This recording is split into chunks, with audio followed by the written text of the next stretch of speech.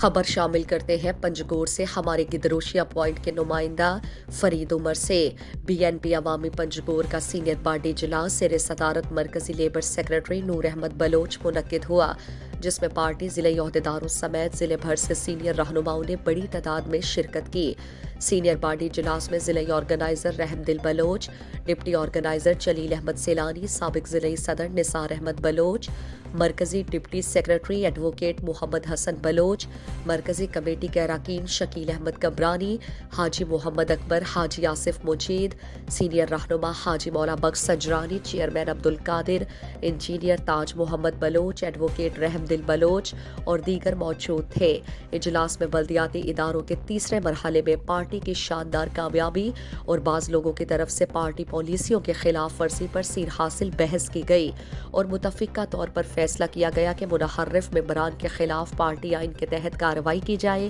اور انہیں D set کر دیا جائے۔ سینئر پارٹی اجلاس سے مقررین نے خطاب کرتے ہوئے کہا کہ پارٹیاں اصول اور ڈسپلن کی وجہ سے مضبوط ہوا کرتی ہیں۔ جو شخص پارٹی پالیسیوں سے انحراف کرتا ہے وہ معافی کا حقدار نہیں ہوتا۔